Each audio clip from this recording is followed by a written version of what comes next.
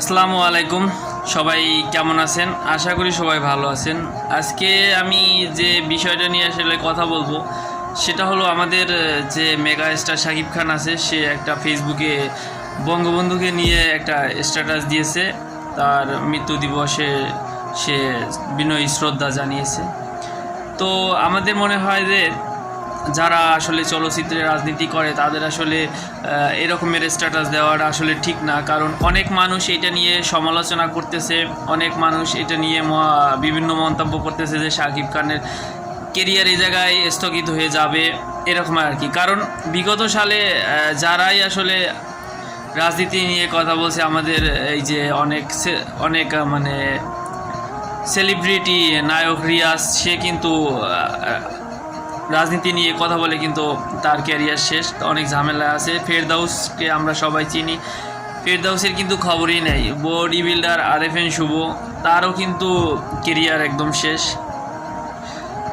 তো এরকম যারাই আসলে রাজনীতি নিয়ে কথা বলছে, আমাদের যে বিশ্ব ওয়ার্ল্ড সেলিব্রিটি সাকিবুল হাসান, সেও কিন্তু রাজনীতিতে জড়ানোর কারণে শেষ।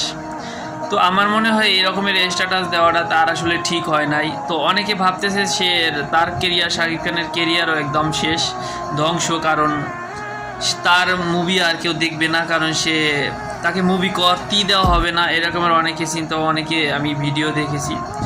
তো আমারও মনে হয় যারা মুভি করে বা এই চলচ্চিত্র জগতে যারা মানে রিলেটেড কাজ করে, তাদের আসলে রাজনীতি বিষয়ে কথা না বলাই ভালো। যে রাজনীতি করে সে রাজনীতি নিয়ে কথা বলবে, যে রাজনীতি করে না তার তো আসলে রাজনীতি নিয়ে কথা বলার তো কোনো দরকার নেই।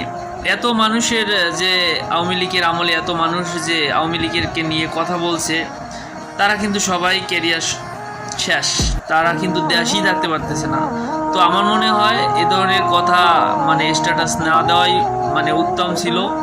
তো আপনার মতামত আপনি কমেন্টে রাখতে পারেন যে আমাদের যে শাকিব খান যে স্ট্যাটাস দিয়েছে, এটা আসলে কতটা আপনার কাছে যুক্তিগত মনে হয়।